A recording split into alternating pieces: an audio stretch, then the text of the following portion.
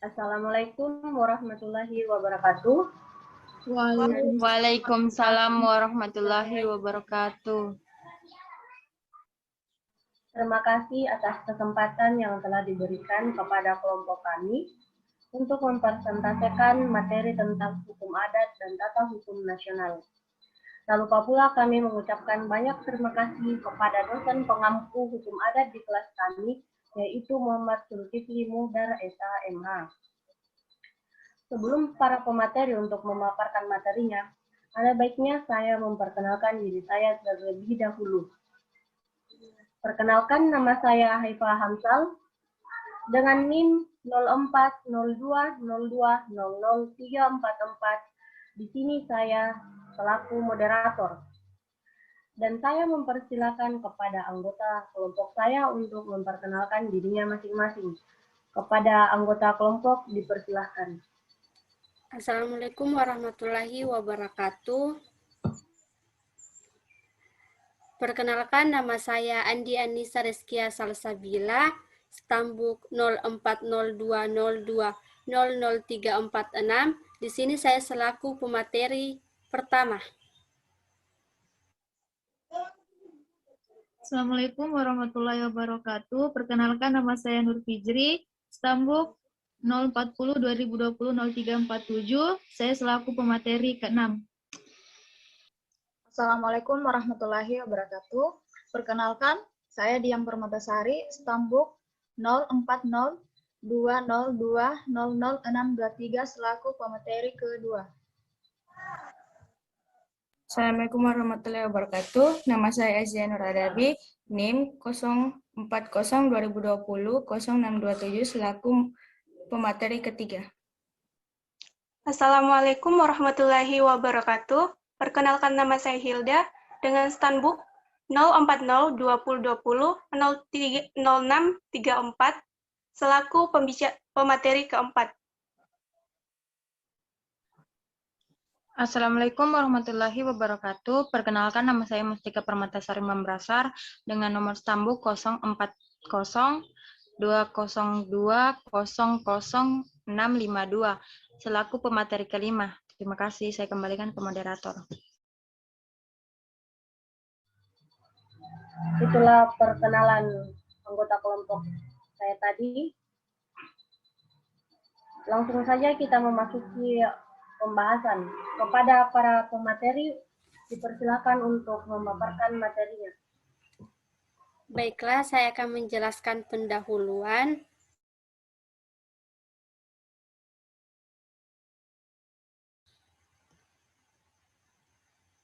Yang pertama yaitu latar belakang yang membelatar belakangi dibuatnya PowerPoint ini, yaitu 1. Hukum adat adalah hukum Indonesia asli yang tidak tertulis dalam bentuk perundang-undangan Republik Indonesia yang mengandung unsur agama. 2. Pembuatan makalah ini dibuat untuk memenuhi tugas yang diberikan oleh dosen mata kuliah hukum adat untuk membahas tentang hukum adat dan tata hukum nasional. Selanjutnya, saya akan menjelaskan rumusan masalah yang dibahas di dalam materi ini, yaitu yang pertama, bagaimana politik hukum adat, 2. Bagaimana hukum adat sesuai peraturan perundang-undangan. Yang terakhir, adapun tujuan dari pembuatan PowerPoint ini, yaitu yang pertama, mempelajari tentang politik hukum adat, 2. Mempelajari hukum adat sesuai peraturan perundang-undangan.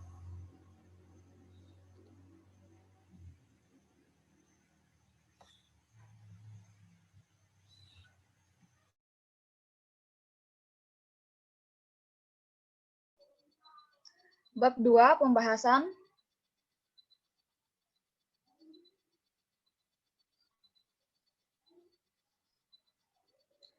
Istilah hukum adat sebenarnya berasal dari Arab, hukm dan adah, yang artinya suruhan dan ketentuan. Dewi Ulansari 2010. Hukum adat dan adat secara sederhana dapat dikatakan bahwa perbedaan antara adat dan hukum adat terletak pada ada tidaknya ancaman hukum atau sanksi. Sigit Sabto Nugroho 2016. Adapun hukum adat dan kebiasaan Penjik ingin menyatakan bahwa antara hukum adat dengan hukum kebiasaan terdapat perbedaan titik. Letak perbedaan antara hukum adat dengan hukum kebiasaan adalah pada sumbernya. Artinya bahwa hukum kebiasaan tidak bersumber dari alat-alat perlengkapan masyarakat. Sigit Sabtonugroho 2016. Selanjutnya, dasar dan lingkar berlakunya hukum adat menurut ketatanegaraan atau dalil. Mengenai arti peraturan WED yang menentukan tempatnya dan batasnya hukum adat atau sipil orang Indonesia dalam lingkungan keseluruhan hukum di Hindia Belanda. 1. Hukum adat sipil berlaku atas Bumi Putra berdasarkan atas pasal 131 ayat 6 Indis staggering seberapa jauh hukum sipil itu tidak diganti dengan ordansi menurut WED atau dengan hukum untuk golongan Eropa One Red yang sudah ditakluki menurut batas yang sudah ditentukan oleh WED. 2. Organisasi yang telah ditetapkan sebelum 1 Januari 1920 yang mengatur hukum sipil Bumi Putra harus berupa pernyataan berlakunya atau Pasalik Verling Undang untuk golongan Eropa.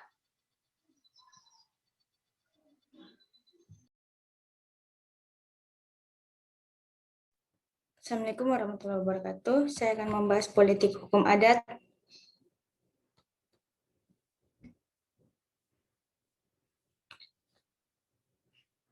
Politik hukum adat yaitu politik hukum pengaturan hukum adat, yaitu politik hukum terdiri dari dua kata yaitu politik dan hukum. Antara kedua kata ini terdapat hubungan yang erat walaupun masing-masing mempunyai pengertian yang berbeda. Antara hukum dan politik terdapat hubungan kuasalitas, yakni pertama, hukum determinan atas politik dalam arti bahwa kegiatan politik diatur oleh dan harus tunduk pada aturan-aturan hukum. Kedua, politik determinan atas hukum karena hukum merupakan hasil atau kristalisasi dari kehendak-kehendak politik yang saling berinteraksi dan saling bersaingan. Berikutnya, ada Abdul Hakim Garuda Nusantara mengatakan bahwa politik hukum adalah politik pembangunan hukum, sedangkan Mahfud MD mengatakan bahwa politik hukum adalah legal policy yang akan atau telah dilaksanakan secara nasional oleh pemerintah Indonesia yang meliputi pembangunan hukum. Pembangunan hukum yang berintikan pembuatan dan pembaharuan terhadap materi-materi hukum agar dapat sesuai dengan kebutuhan. Yang kedua, pelaksana ketentuan hukum yang telah ada termasuk penegasan fungsi lembaga dan pembina para penegak hukum. Baik, selanjutnya sejarah politik hukum adat, yaitu yang pertama, sejarah sebelum kemerdekaan. Periode sejarah hukum adat pada masa penjajahan Belanda terbagi dalam beberapa zaman, menurut Hilman Syahril 2020. Yaitu yang pertama, zaman Daendels, yaitu pada tahun 1808 sampai 1811. Yang kedua, zaman Raffles, yaitu pada tahun 1811 sampai 1816. Yang ketiga, zaman Komisi Jenderal, yaitu pada tahun 1816 sampai 1819. Yang keempat, yaitu zaman Van der Bos, dan yang kelima, zaman Carbon. Selanjutnya, sejarah setelah kemerdekaan. Pada pasal 2, Aturan Peralihan Undang-Undang 1945 mengakui keberadaan hukum adat yang menyatakan bahwa segala badan negara dan peraturannya masih berlaku selama belum diadakan yang baru menurut Undang-Undang Dasar. Lanjut, dalam Konstitusi Republik Indonesia Serikat 1945 juga mengatur mengenai hukum adat, antara lain dalam pasal 144 ayat 1 tentang hakim adat dan hakim agama, pasal 145 ayat 2 tentang pengadilan adat, dan pasal 6 ayat 1 tentang aturan hukum adat yang menjadi dasar hukuman. Dan juga dalam pasal 104 ayat 1 Undang-Undang Dasar Sementara 1950 juga terdapat penjelasan mengenai dasar berlakunya hukum adat. Pasal tersebut menjelaskan bahwa segala keputusan pengadilan harus berisi alasan-alasannya, dan dalam perkara hukuman menyebut aturan-aturan undang-undang dan aturan-aturan hukum adat yang dijadikan dasar hukuman itu.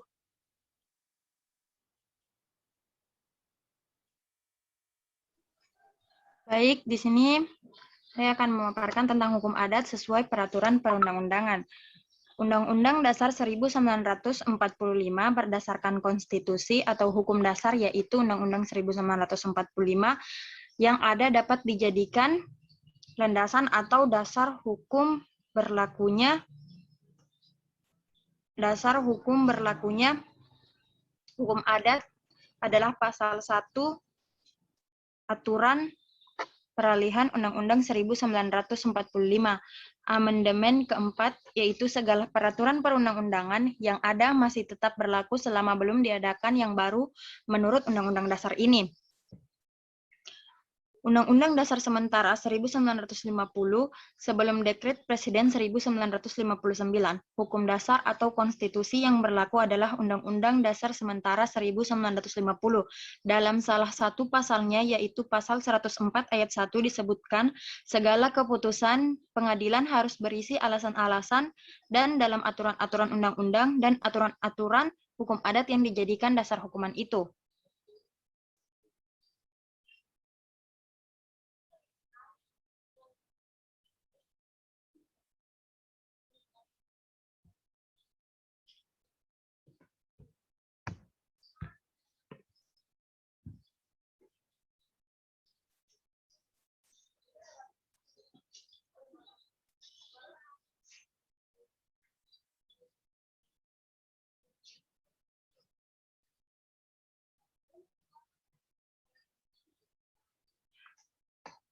In this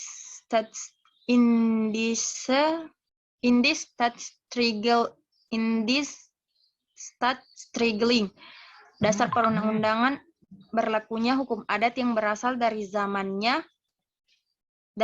kolonial Hindia Belanda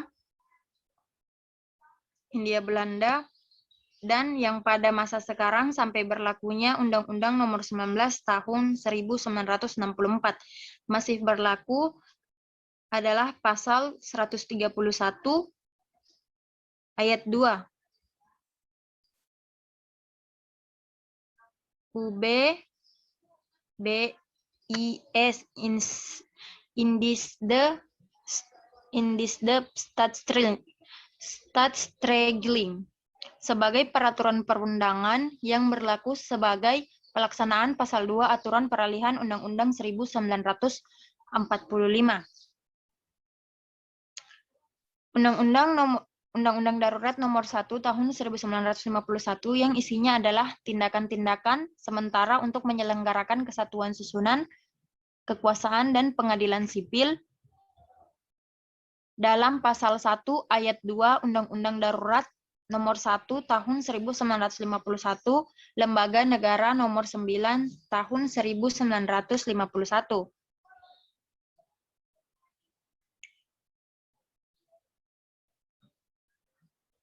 Undang-Undang Kekuasaan Kehakiman tentang dasar atau landasan hukum sah berlakunya hukum adat sekarang berdasarkan pasal 2 aturan peralihan Undang-Undang 1945 sebelum amandemen sekaligus sebagai peraturan perundangan. Pelaksanaan adalah Undang-Undang Nomor 19 Tahun 1984, Sigit Sabto Nugroho 2016.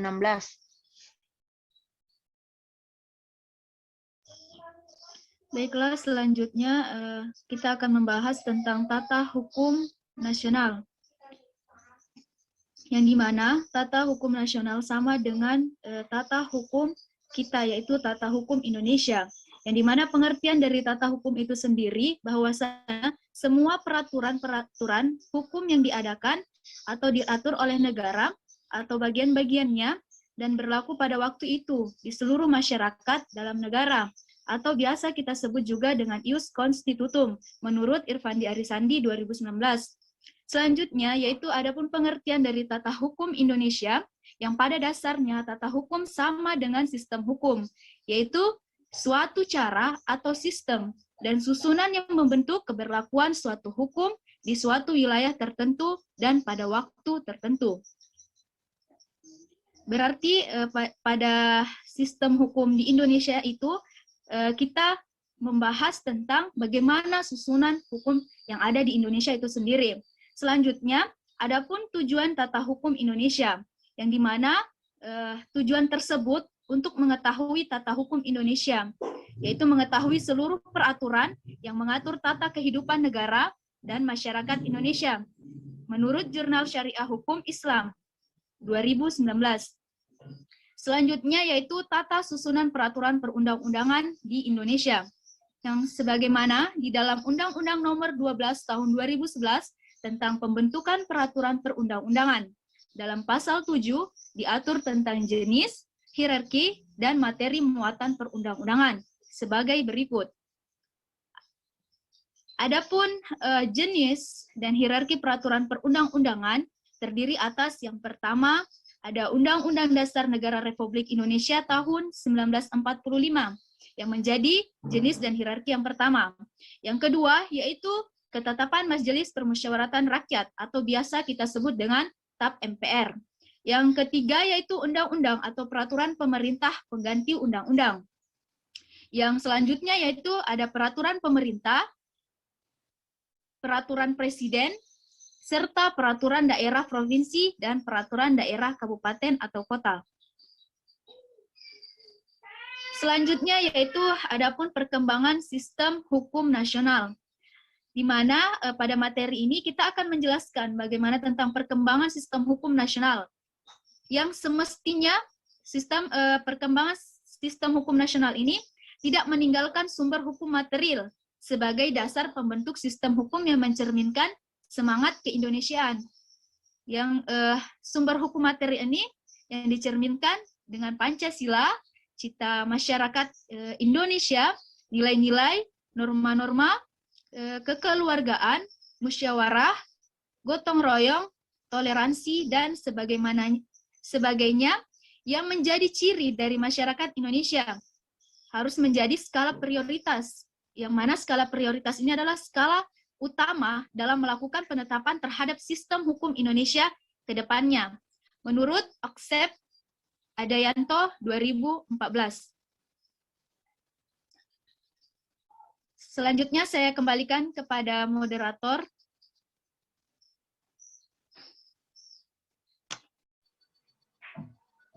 Itulah pemaparan materi tentang hukum adat dan tata hukum nasional. Adapun kesimpulan dari penjelasan tentang materi tadi yaitu hukum adat adalah hukum Indonesia asli yang tidak tertulis dalam bentuk perundang-undangan Republik Indonesia yang mengandung unsur agama. Politik hukum terdiri dari dua kata yaitu politik dan hukum. Antara kedua kata ini terdapat hubungan erat walaupun masing-masing mempunyai pengertian yang berbeda. Itulah kesimpulan dari materi kami.